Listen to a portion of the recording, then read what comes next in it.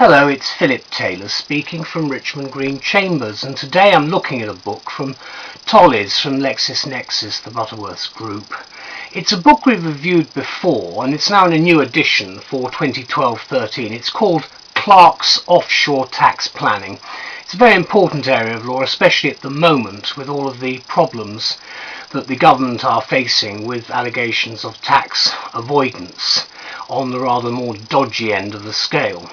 This book is now in its 19th edition, and it's been written by Giles Clarke, Dominic Lawrence and John Roberts. And we've given it a title and a review on the web and in the journals. Offshore Trusts, Companies and Individuals. This is the established guide to offshore tax planning. And that's exactly what it is. There is the cover. It's a red cover. It's sometimes shown as grey, but it's actually a red cover. On the back you can see the details of the authors themselves. The book is a heavy book, and it runs to something approaching 1100 pages. There's a very good index at the back, which you can see there.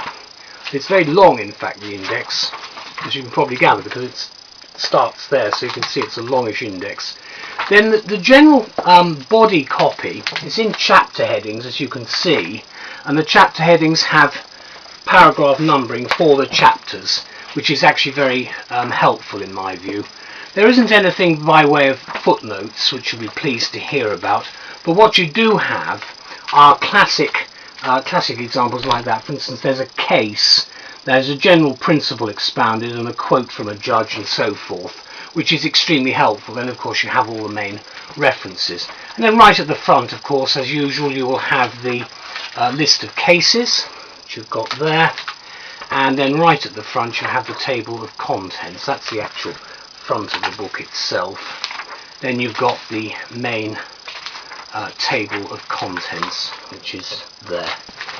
Now, I'm not going to say a great deal about this book because we have reviewed it before, and it remains preeminent in its own right. So whether you're a barrister, solicitor, or in any way professionally involved in this area of tax law, you need the 19th edition of what is in fact an indispensable work. The authors are all top practitioners, and it's a controversial area to many people, as I've indicated before, and for this edition they've been joined by 6 expert contributors.